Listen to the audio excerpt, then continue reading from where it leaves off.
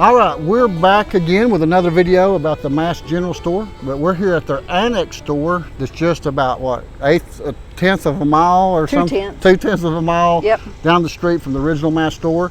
And Sherry's here again with us, and I think Susie's inside hiding from the camera. She is. She just disappears. I don't get it. She's a little camera shy. We're trying to get her on here today, but she's kind of hid from us. But we'll catch her inside. So we're going to go inside and let Sherry tell us the story about how this became part of the Mast General store. It was a competing store at one time. It was when it was built in 1909. 1909. So now I see it says the Mast store candy barrel, over 500 candy flavors. Yes. Are they 500 different types of candy in here? There's a lot of candy. All right. Let's go in and see it. Okay, let's do it.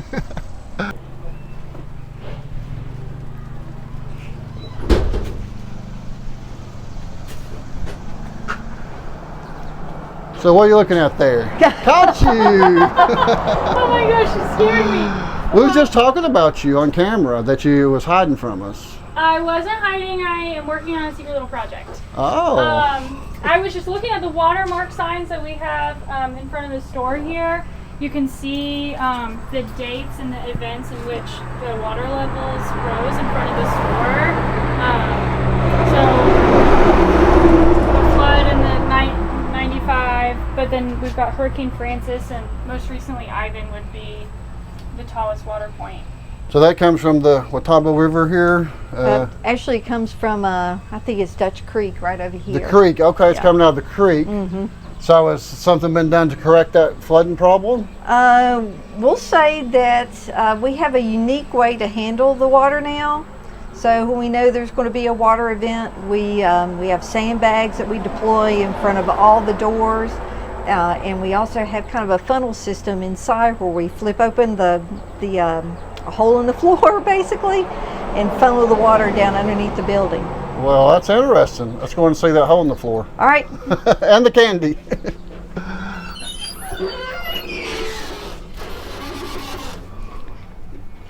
So there's your hole in the floor. So we'll sandbag all around this and then pull that open, and it just goes straight down in there. How about that? So we're working on some other flood mitigation, so we don't have to deal with that anymore. But everybody's like a fine, well-oiled machine here when it's when we know we're going to have water up. People know what to do. Oh, I see. I guess so, after getting flooded a few times, right? Oh yeah. So this one's a little bit different layout, we can tell right away. Coming in, you've got a lot more clothing as your main products in this section of the building. Right. So this store was built in 1909 as a competing general store, and the fine how do you do about all of that was the front room at the original store was once home to Dr. Perry. Well, he went in partnership here to open this store. And I'm like, well, that's a fine how do you do after we set you up with the doctor's office and you come down here and open a competing store. Actually, he was a partner in the store, and he also maintained Watauga County's first hospital, which is just down the road a piece on 194. Did he move his office down to this store once he became? It was not here. He maintained it in his home. In his home at that time? Well, let's go over and look at some of that candy. All right, let's do that.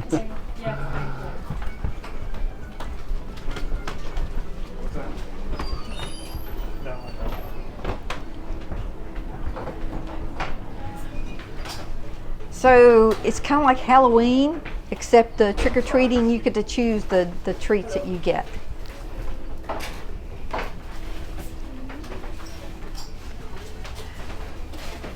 So lots of old-fashioned flavors and things that you haven't seen in a while. Some new things along the way as well, like these things. They're actually really, really tasty. They're gummy oranges that have just a little bit of orange juice in the middle of them. Wow. I tried those and I was surprised at how good they were. Oh my goodness, I might have to try some of those. Amazingly enough, people come in and they're looking for a certain candy that they grew up with, and candy's getting hard to find, like atomic fireballs. They have been discontinued by the manufacturer. So we bought up all the atomic fireballs that we could find. And I believe that we might be the only retail place that you can find atomic fireballs now. And the reason that the manufacturer discontinued those is it takes 28 days to make a fireball. 28 days to make a fireball? 28 days. It's crazy. But the process that they use to do that is called panning. So they start out with a little teeny tiny piece of sugar, and then they pan it for 28 days, adding a layer as they go before they put on the flavoring on the outside. So it takes 28 days to make one fireball. I don't even see one. Where you have them at in here? Do you have some in stock? We probably have to ask for them now. Oh, really? They keep them put up, huh? They should be somewhere. It's hard to see everything all at once in here. There's so much sugar. Yeah. I'm sorry. Are you ready to check out?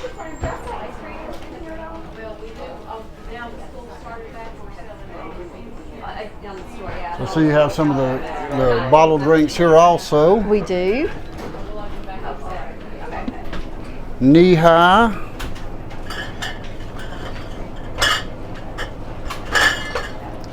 And Fanta. So, there's two different type of oranges there. Couldn't tell you the difference in them. Oh, wait. And Stewart's. Oh, how about that? So here's a tip, is if you come to the store, the drinks in the front are always the coldest. So when we restock from the back and pull things forward. Oh, okay. So if you're looking for the cold drink. There merchandise upstairs too? There is. Can you walk this way? All righty, let's go take a look.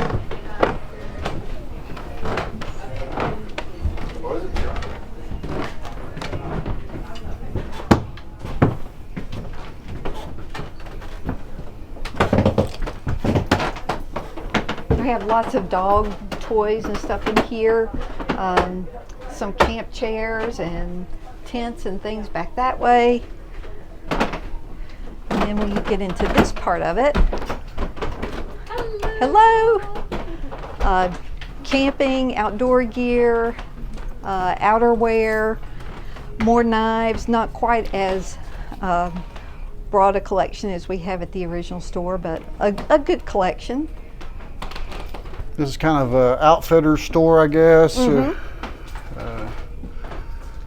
So I guess there's maybe some different products here that you don't find at the original store. Yes, yes. So do you know on the history of this store, did they use this upstairs to live in, or did they have store space up here? I think it was store space. The Farthing family, who ended up operating the store, actually lived across the road in the red brick house, and their family actually started in a smaller house kind of down the road a piece on this side of the road that one of our co-workers lives in now. It's crazy how this kind of comes all around, isn't it? So I told you there was a Romeo and Juliet story that goes along with this store and the post office. Okay. So the Farthing store, which everybody referred to this as, it opened as the Watauga Supply Company and then changed its name to the Valley Cruises Company shortly thereafter. But everybody called it the Farthing store because Mr. Farthing was the person that they dealt with most of the time when they came in.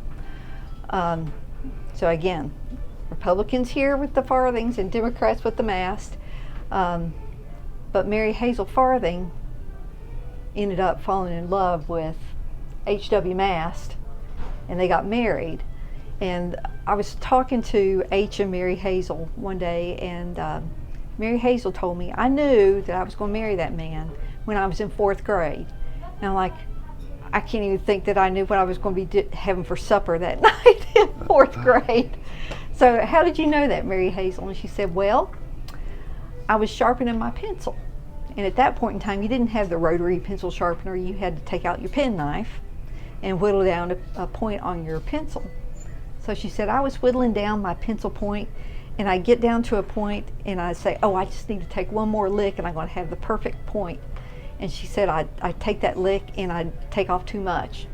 So H came over and said, Mary, let me take care of that for you. And he whittled her down a good point, and she said, I knew that day I'd marry that man.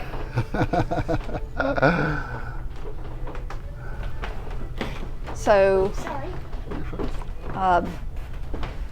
this store became a part of the Mast store in 1982, and it has kind of an interesting story to how that happened. A couple that John and Faye met once they moved up here had bought the property, and they had an idea of something that they wanted to do. And I'm going to see if we can see out the window here. We can't see quite far enough. So they had an idea of something they wanted to do, which was the very first candy barrel. And it was getting close to Labor Day weekend, and the bridge that goes across Dutch Creek here was out for repair on Labor Day weekend, which was a big time for people to be coming to the mountains to visit. It's the last vacation before school. And so they called up John and Faye and said, hey, we have an idea of something we're going to do over here. Would you want to bring some of your clothing down here and put in the main part of the building? And they said, well, sure, because otherwise you could either ford the creek or wade through the creek to get to the store, or you could drive 25 minutes a roundabout way to get to the store that's 2/10 of a mile down the road. So they brought down their clothing and put it out for Labor Day weekend, and that's how the Annex became a part of the Mast store. Just kept growing from there, and they bought that couple out then, I guess, or something. Actually, we didn't buy them out until 1997. Oh, okay. So the Candy Barrel kind of became associated with the Mast store when we opened in Boone. They opened a shop right next to ours. When we opened in Waynesville, they opened a shop right next to ours. When we opened in Hendersonville, there was some sort of a different agreement because the Candy Barrel was actually inside of our store. And we actually made it official to begin adding the Candy Barrel to everything that the Mast store does in January of 1997. Okay. Recording?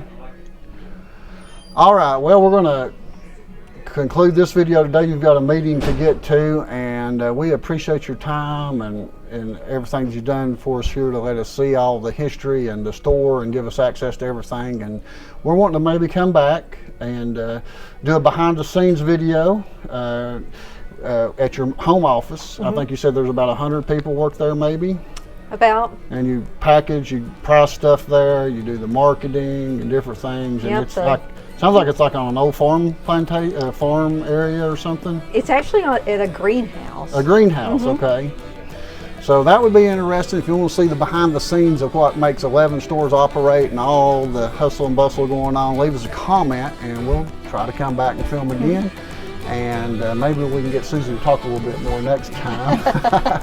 She's been a little shy, but she's just been here a year, so she's getting used to it. We appreciate you too, Susan, for helping us with everything she picked up and kind of been helping me with things. She knew that when I needed something, she'd grab it for me, and she picked up real quick. She's a quick learner, so yes, don't let this one get away. Oh, I plan on not letting her get away. Yeah, it's been great. Yes, and so we'll get ready to get some t-shirts. We're going to let you all get to your meeting, and we're going to buy some t-shirts, and we'll see y'all next time, okay? All right, well, thank you for coming. Definitely. Bye-bye. A place that you can find atomic fireballs now.